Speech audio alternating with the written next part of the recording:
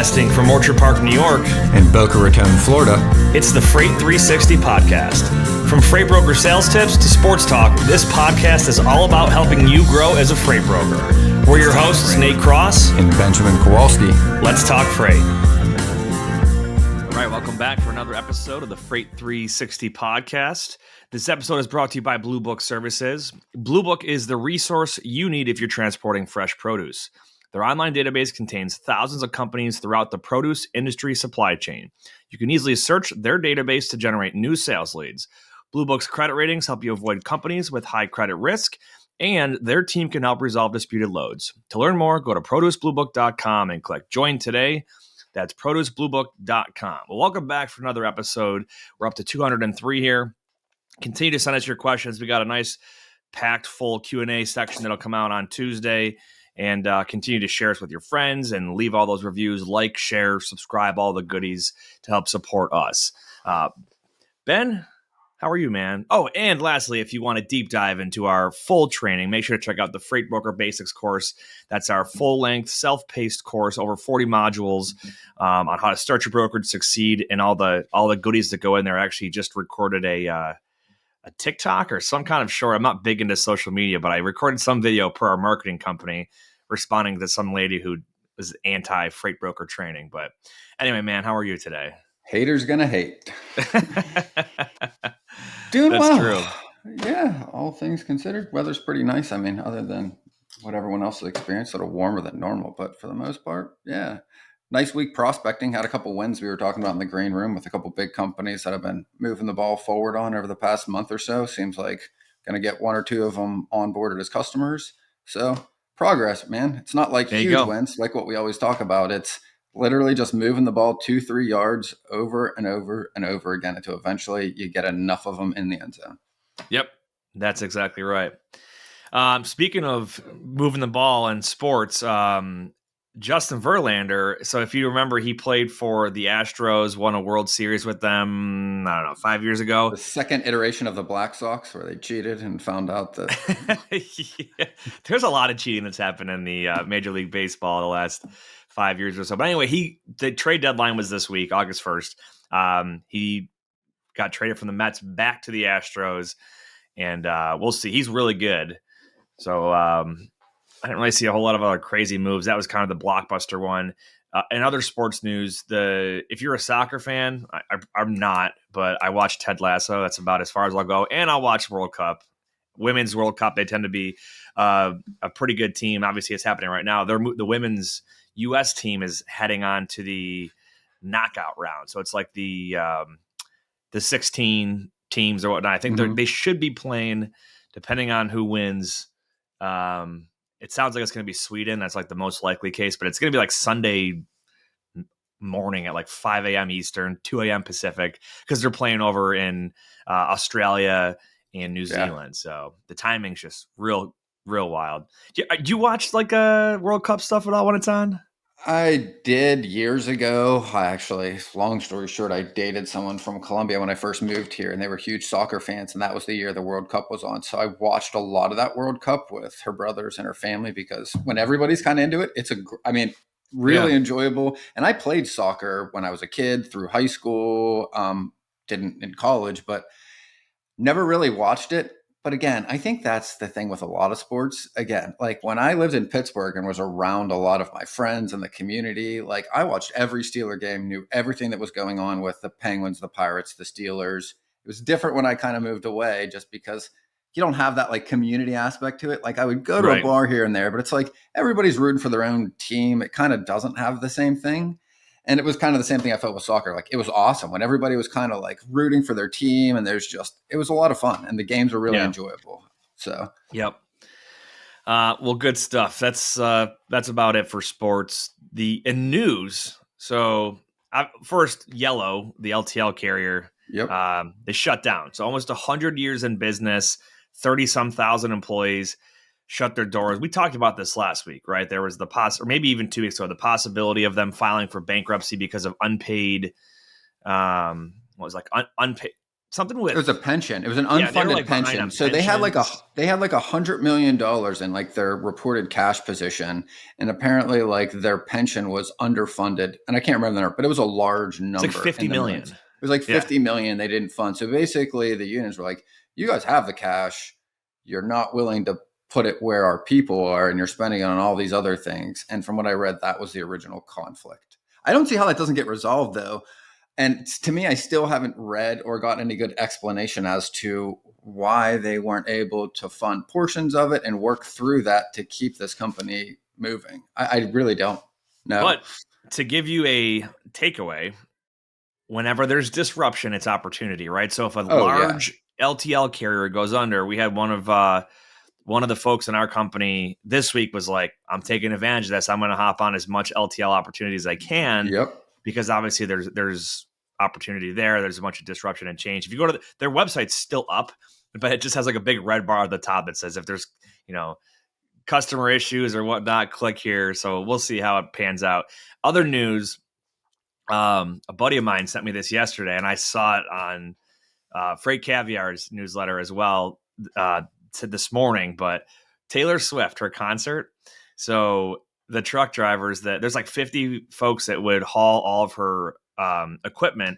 She gave them a bonus. It's like the end of the tour or near the end of the tour, 100K each. Just appreciation for the truckers. There's like a $5 million estimated payout. But I mean, hey, her tour did like $1 billion in revenue, like literally a billion with a B. That's insane. Yeah, So I've seen again, I didn't read the whole articles, but I've seen articles reference like her contribution to GDP. Like that's how much money she was generating, that she was like moving the economic needle for a lot of the cities and even regions with just how much money was spent that's to go and wild. see her Yeah. shows. Yep. Um, Yes.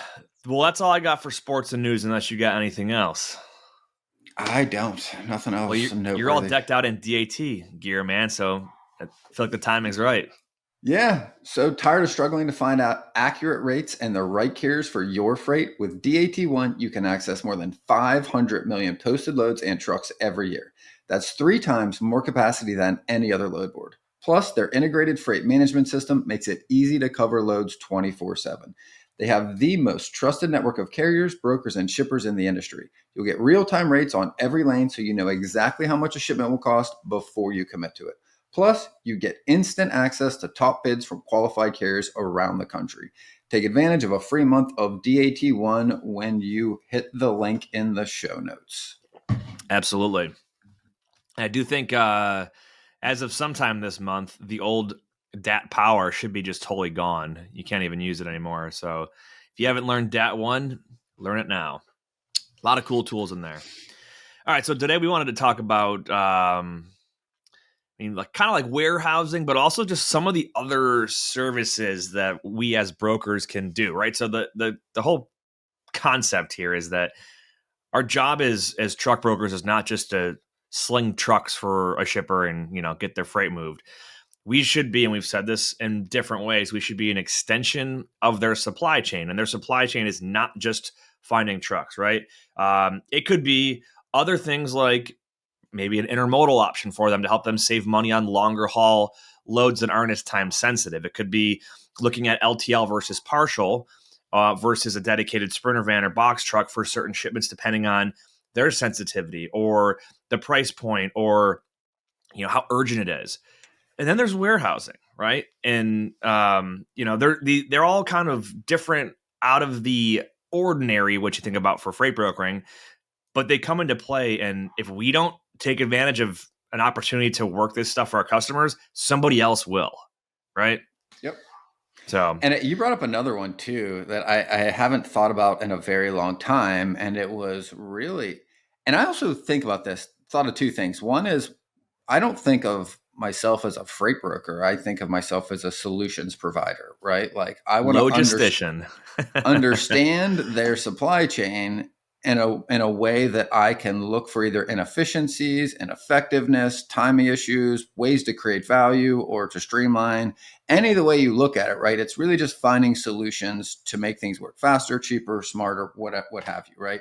And the first one you mentioned, I did a lot when I was first building my book of business because it was really hard to find leads in my name at the company I worked for at first, especially when you start. You're just calling basically the leftovers that nobody else wanted at that time.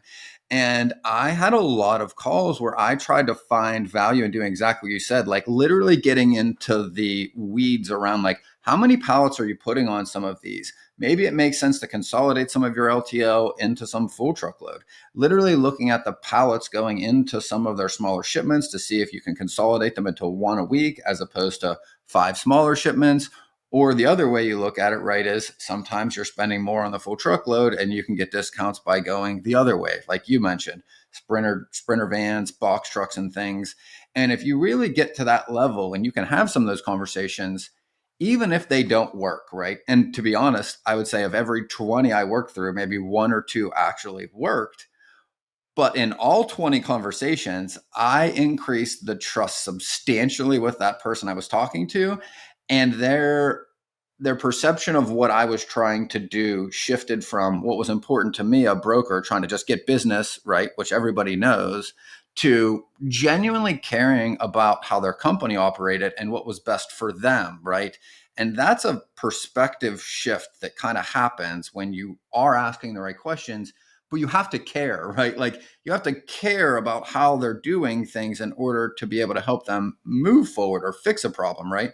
So whether it be warehousing, transloading, getting into the nuts and bolts of how one shipment is structured, like these are all different ways that brokers can add value. And also, by the way, let's not forget, we're all in the business to make money. These are all profit centers too. Like Yep. you can make quite a bit of money in a lot of these things that I would say aren't considered like traditional freight brokerage services. Yeah, I mean, I'll give you an example. So if you want to look at warehousing, I told a story recently about a customer that this is a previous brokerage, and we had a customer that was local to the brokerage, local to the office, and we noticed that they had all kinds of storage issues at their facility. They had floor loaded pallets of old like casts for it was like stuff for I think it was for the Navy. They had like casts for like ships that probably would never need to be used again for like an engine part. But just in case, they had to keep that cast if they had to make that part. And they're like, we're wasting all this space at our facility. It's cluttered here. And we're like, well, we have essentially warehouse space connected to our building that's unused right now. We've always had a dream of making it a warehouse. And, this was our opportunity to do it. So we got all the racks set up that we already had from the previous the company bought that building a couple of years before, but previous to that, whoever owned the building used it as a warehouse. So we put all the racks back up, had to get the insurance in place because don't forget, you can't just store stuff and hopefully it doesn't get stolen, right? You got to have the right insurance there. And if we're talking a lot of stuff and a lot of space, it's a lot of insurance that you have to have. And then we looked at what would it cost us? What's our overhead on this? We've got to figure a little bit of profit. And then we had to figure out, how do you price this out? So we were able to do it where we didn't even schedule the box trucks to bring them to and from our facility because there wasn't enough room for margin there. They had a local like delivery courier service that would bring a few pallets over at a time. And as they needed them, they would pull them back and whatnot. But we figured out, the cost for some of the long-term storage that would never be touched. They could go high up on racks was one price, and we charged it every quarter. And then some of the stuff that was in and out every month, we had a monthly cost. And that was in a different location that was easier to access. And they come in whenever they wanted to inventory it. And we could as well. And then we had to figure out, well, we had the forklift on our dock. We were going to load the truck just like any shipper would be loading a truck, right? So we had to charge for the loading and unloading. So if it was like a full truckload that would come by, so maybe a 40-foot or a 53-foot, we would charge $100 for the load and $100 if they were offloading. So it could be a $200 full swing there. And if it was a box truck or a partial, $50 for the load, $50 for the unload. And we figured out it was saving the customer a lot of money and giving them the space they needed to do more work. And we were making money too. it was a huge win-win, right? That's awesome. Yep. And then furthermore, right, like, and I've seen those instances where you end up gaining more lanes because you're helping them manage that. And right, like, since you help find value for their operations, right, they're like, well, hey, you know, why don't you also tender the loads out here in some cases? Like in that particular one, it made more sense because of just the geography and how close they were that a smaller company did it cheaper.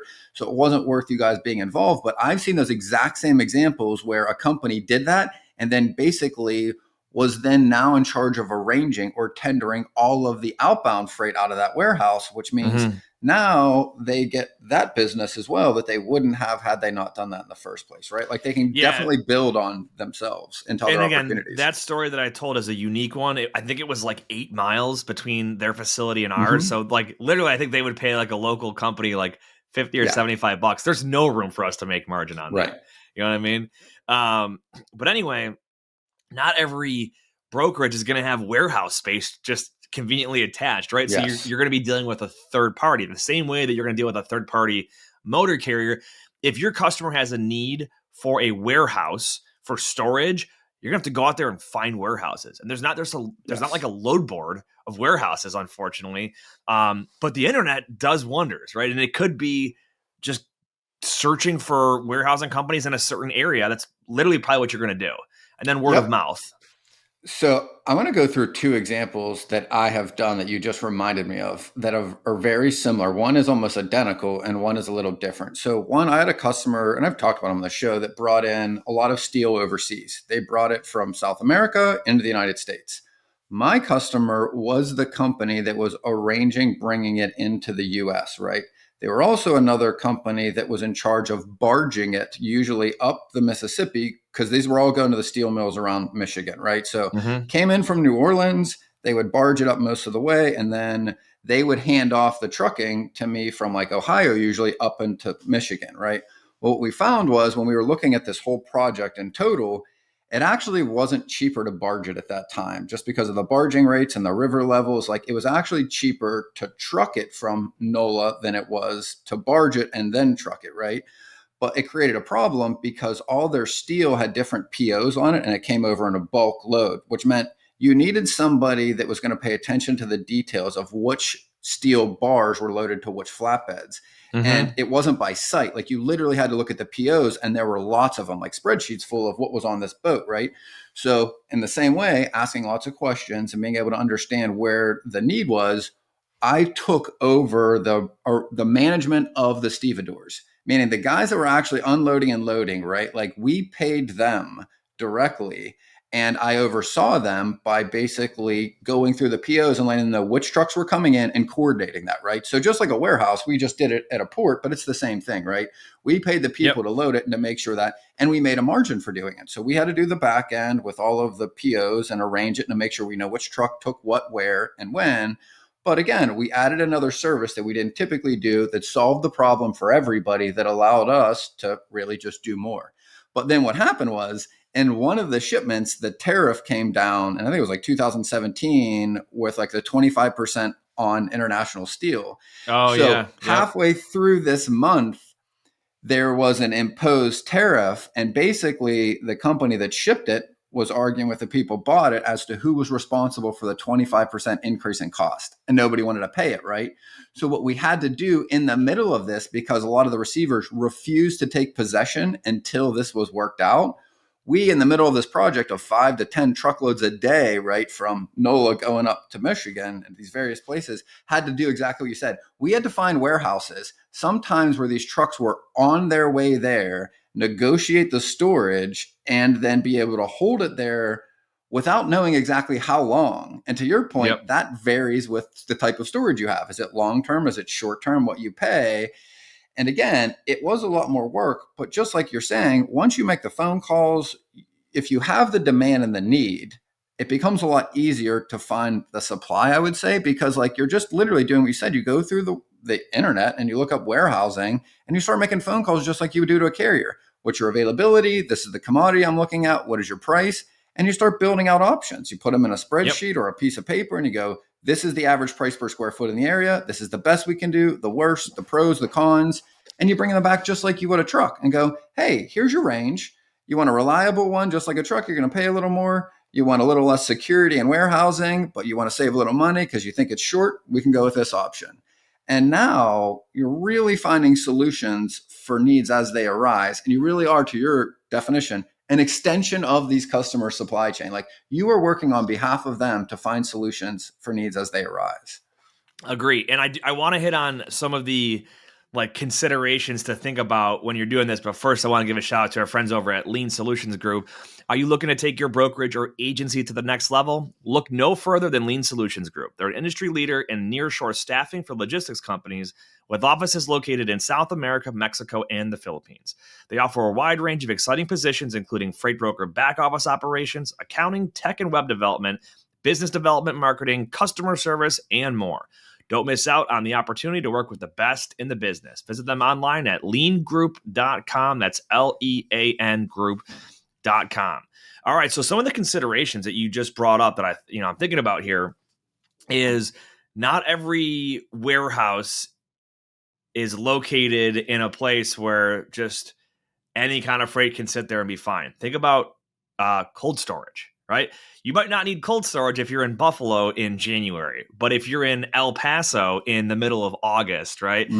Anything that has a certain kind of temperature control with the same way that you would use a reefer trailer for hauling it, you want to make sure that there's cold storage available. And you're going to typically pay a premium to a warehousing company to have storage in those areas. It makes sense, right? There's a cost that goes into keeping it temperature regulated, the same way that a reefer has to run the reefer unit. Another thing, too, is the secured and bonded, right? So when I worked for Conway, so I'm from Buffalo. I didn't primarily work in Buffalo, but the Buffalo terminal, I spent some time there.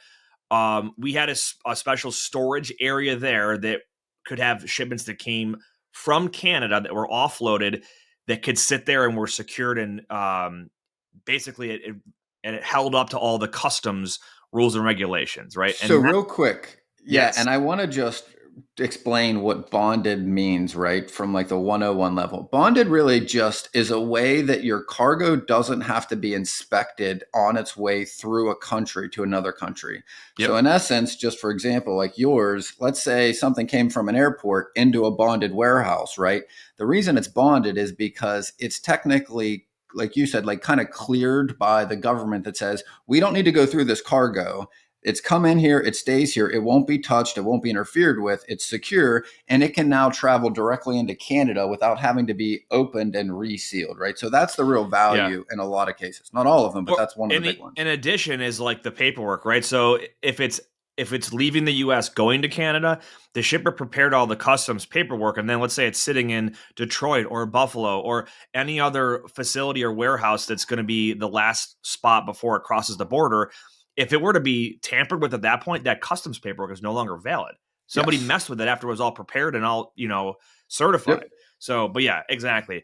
It could be high value type of storage where you want to make sure that it could be guarded or have extra security on it. I'll give you an example. When in the past, this same company I used to work for, we were setting up Expeditors International, and they required a like site inspection on our facility because they knew we had a warehouse and we had a truck for an asset authority and a very big brokerage, and they wanted to come check us out, and they had to work with them. They had all these like physical security requirements on our building, as far as like alarms and which like location of doors and like just insanity, like, and then access with like badges and stuff like that. And they were very, very strict on it. So if you are going to do anything in a warehouse setting, there's going to be a very similar type of requirement depending on the kind of freight you're moving. If it's anything government related or extremely high value, you can expect that you're going to be limited in the kind of facilities that will be able to accommodate that. And your customer is going to have to pay a premium to be able to get access to those facilities. Yep. Well, hey, hazmat is another one. Yep. Segmenting hazmat based on what can be around what and in what quantities. I think those are kind of the big ones, though. They are. And let's go through, like, I think a 101 example, right? So, in the first example, the company you had owned the warehouse. I think that one's pretty straightforward. So, the customer Yep. pays the company you worked for that owned the warehouse. You guys get the revenue, you pay the expenses. That one's pretty straightforward, just like Yep. as if you had your own truck. Now, let's Yep. We're go through a invoicing them third. for our Yep. services they pay us. Too Okay, easy. so third party example. Let's just say that I own the warehouse, Nate. You're the broker, right? How does this look from invoicing and how does this look just cradle to the grave? Walk through like Yeah. a 101 example. I'm the third Yep. party. So to get like bottom line up front, I'm going to treat you the same way that I treat a carrier when it comes to finances. Now let's look at situations when you would use a warehouse. It could be a cross dock after it's cleared the country. Maybe it's Mexico load comes into the U.S. Hmm. Gets cross docked. U.S. carrier picks it up. Either way, you've got a warehouse involved there. Whether or not us as a broker is involved in that process, just an example of when you might see a warehouse.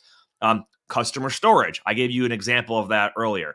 Now breakdowns. Right? Truck That's breaks another one. down. They don't have another truck to come repower it, so they have to drop it off or have a wrecker come tow them to a local cross dock or warehouse facility, unload the freight. You hire another carrier that comes in and gets reloaded. Right? In any of those instances, if I don't own the warehouse, I have to pay the warehouse. So Yep.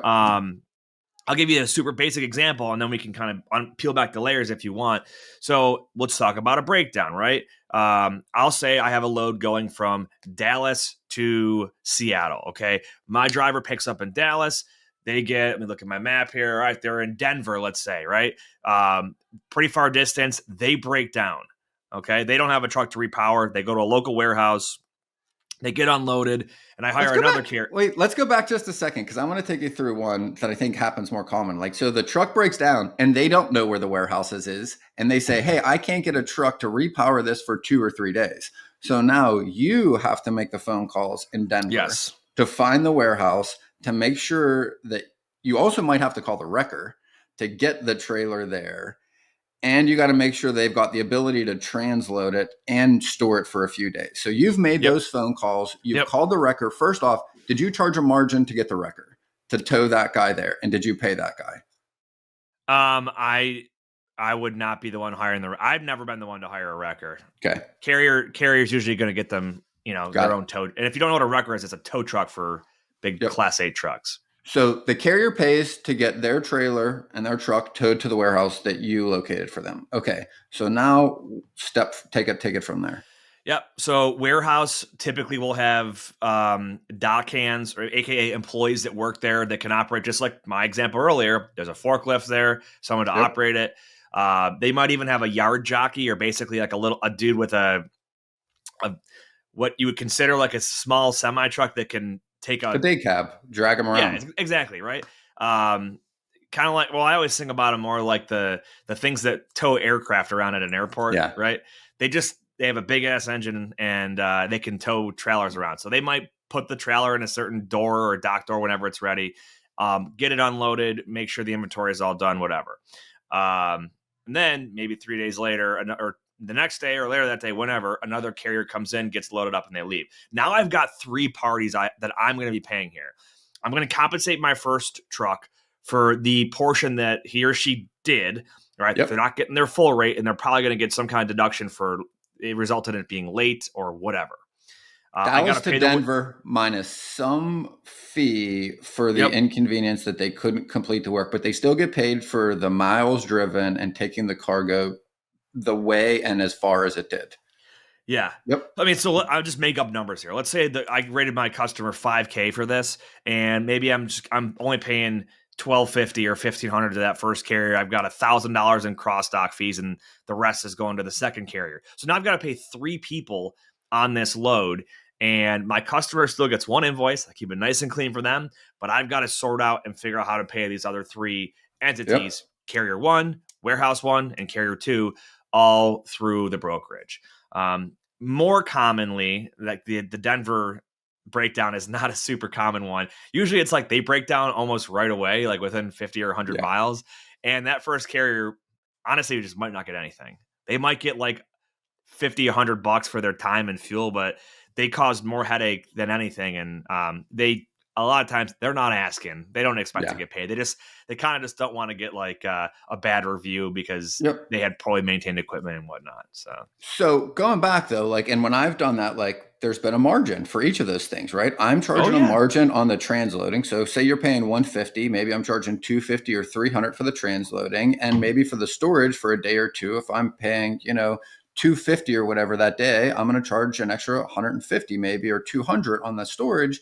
And again, that's my time. Those are my hours that's spent calling all these warehouses, negotiating the best rate, making sure it's in a secure facility if it needs to be, and all of the criteria you met, right? If it's bonded, making sure it's bonded. If it's not, and just making sure the cargo is taken care of in the same way the shipper would have, right, in their own facility, and making sure that it's not increasing the risk that something else happens, right? Yeah. And there's a cost So to that. and again, you're making a margin. We're not upcharging our customer here. So we'll go back to our 5K example. I want to write this down so my numbers aren't messed up. Let's say my customer, I quoted them $5,000. I'm never going to charge them any more than that because it's Yep. not their fault that this happened, right? Correct. So if my warehouse, which is typically a non-negotiable rate, let's say they cost me $1,000. All right. Well, now I have $4,000 left available. Let's say my second truck that I hired is going to cost me $1,250. All right. Now I'm up to $2,250, which leaves me $2,750 left. Well, I'm going to make my margin, and whatever's left over, truck number one can get. So maybe he's only going to get $1,250 now, and that leaves me with a $1,500 margin. Boom, right? Yep. Whereas normally that first truck might have been contracted for $4,000 or $4,200, and now they're getting a sliver of that because of I'm going to compensate them for what they drove, but deduct all the extra costs I incurred. Yes. Right. I got to pay for a warehouse because you broke down and you didn't have another truck to back it up. It just is what it is. So we're not putting them out of business, but they're not making a big profit on that load. Yeah. Now, and I think, and another just simple example, let's say a customer calls you and says one of two things, says, hey, I need to get this out of my warehouse. And let's say they say to you, can you send a drop trailer over here that we can use for storage until we leave? It's similar to a warehouse. You're using your equipment for storage, right? And you're going to charge them, the use of that trailer every day until you go and pull it, right?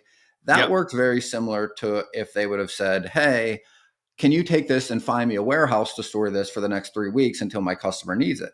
In that scenario, just like you said, you treat the warehouse like a truck. You call around, you get the best rates, you make sure it has everything needed by the criteria we discussed, and then you're going to add a margin to that. You are going to pay the warehouse.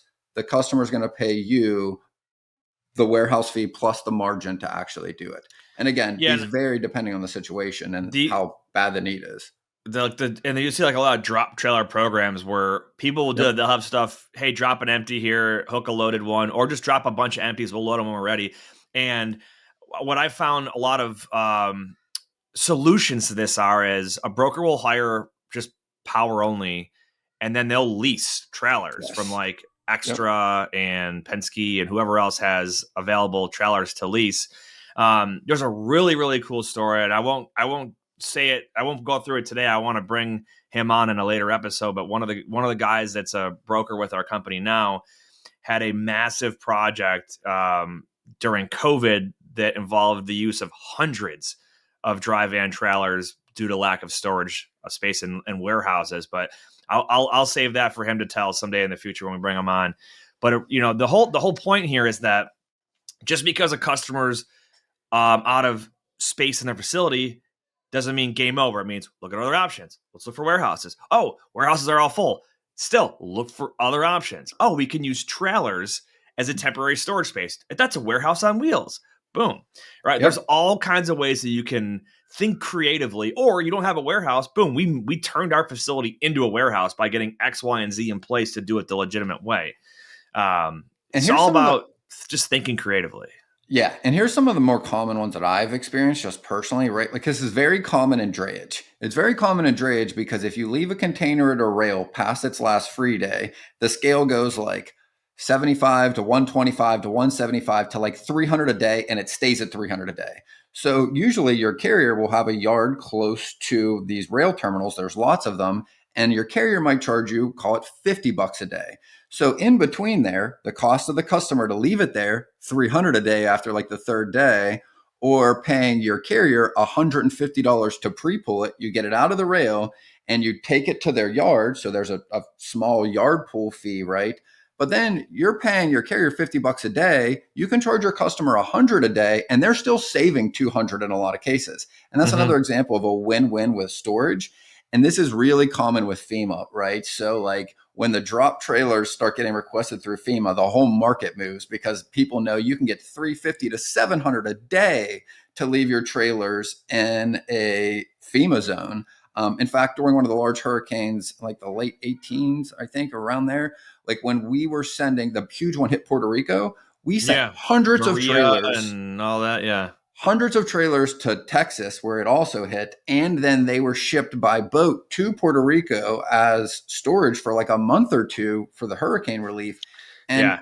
again, billing 350 to 700 a day. Now you're doing more clerical work and an admin work, making sure you know which trailers or which numbers, which license plate or where for how long, and then you invoice for it. But again, it's another example of ways that you can help your customer and turn them into other revenue centers, I think, for your brokerage. Yeah, I mean, think about it. A reefer trailer is a mobile Yes. cold storage facility. It's a Yep. beautiful thing, man. It's funny I think about it. When I was in the Middle East, my last deployment, if we wanted to get ice, they had literally a contractor with a reefer trailer that just had bags of ice there. I don't know Yep. where it got made or how it got in that trailer, but probably some facility somewhere they made it, loaded it up, and they just brought it there and had that reefer unit running all the time. But it was like rationed. You can only get so much ice because, you know, it's Oh, it's COVID hot and it'll melt fast. hospital Yeah. morgues during COVID. I mean, I don't know anyone personally that was involved in any of that, but you know it was happening just by what you saw in the news and them moving reefer trailers around for capacity for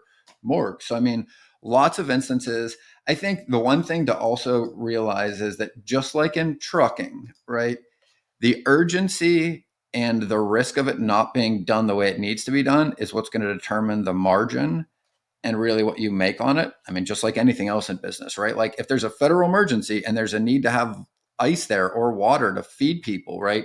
FEMA is going to pay the cost to get as many as they need when they need it, right? So the margins are higher.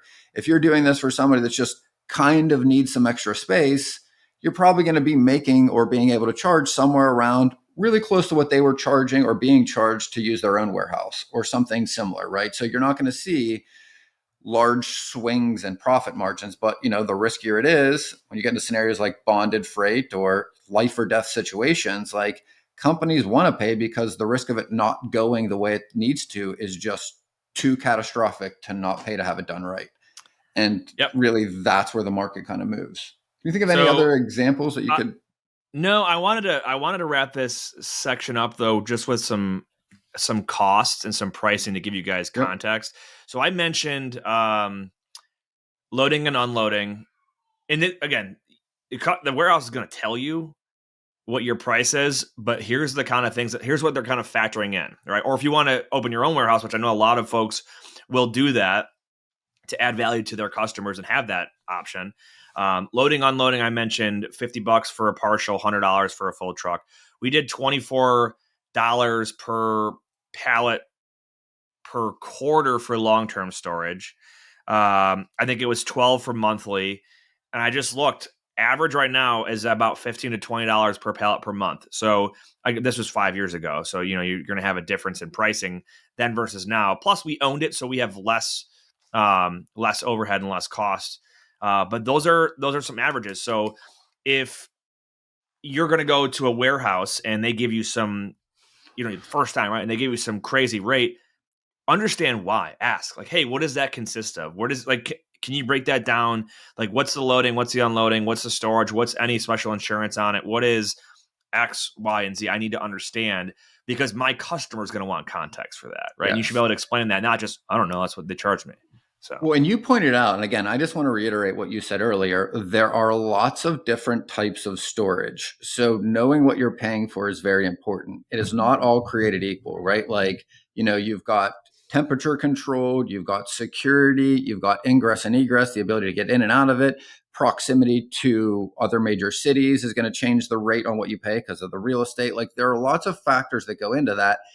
So you want to call around and you want to ask lots of questions to understand, again, a little bit about the warehousing market at where you need it so that you know whether you're in the median range of what you're paying, the high end, the low end. And if you need to be on either end, to your point, know why so that you can articulate and explain this to your customer, because they need to know what they're paying for, right? It's kind of like you don't buy food without being able to see what goes into it. You're not going to get a bill for warehousing and understand why you're paying more than you thought maybe at your local warehouse when you need it in certain areas, right? Like Exactly. You get a need in New York City all of a sudden, last minute, it's going to be a hell of a lot more expensive than in the rural areas of like Alabama or Tennessee, right? Like that's exactly right. Keep that in mind. All right. Well, good discussion on warehousing and other things to consider when trying to add value to your customers. Make sure to check us out on Tuesday next week as well. We'll as we get into the Q&A section on the final mile by Freight 360. Ben, any final thoughts here?